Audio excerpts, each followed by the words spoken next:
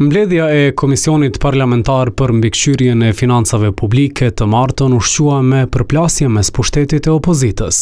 Temi ishin kontratat njoburimore, sidomos në korporatën energjetike të Kosovës, të cilat opozita i cilësoi si burim korrupsioni.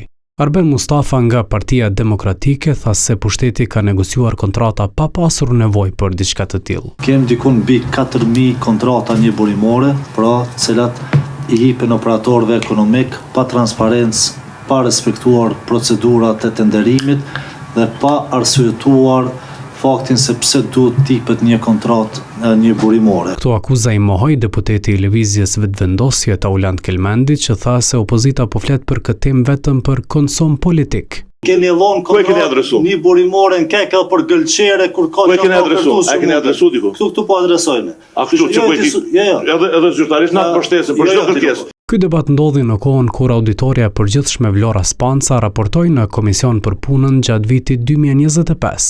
Ajo tregoi se nga 133 auditime të kryera, 80 janë dërguar në Prokurorinë e Shtetit. Megjithatë, rezultatet nga organi akuzës mbeten minimale. Ne kemi dërguar 80 raste tek prokurori i shtetit. Nga ai raport rezulton që vetëm për 3 raste ka akt akuz, rastet e tjera janë qoftë të mbyllura, janë mbyll hetimet, nuk kanë pasur elemente sipas tyre potenciale të veprës penale.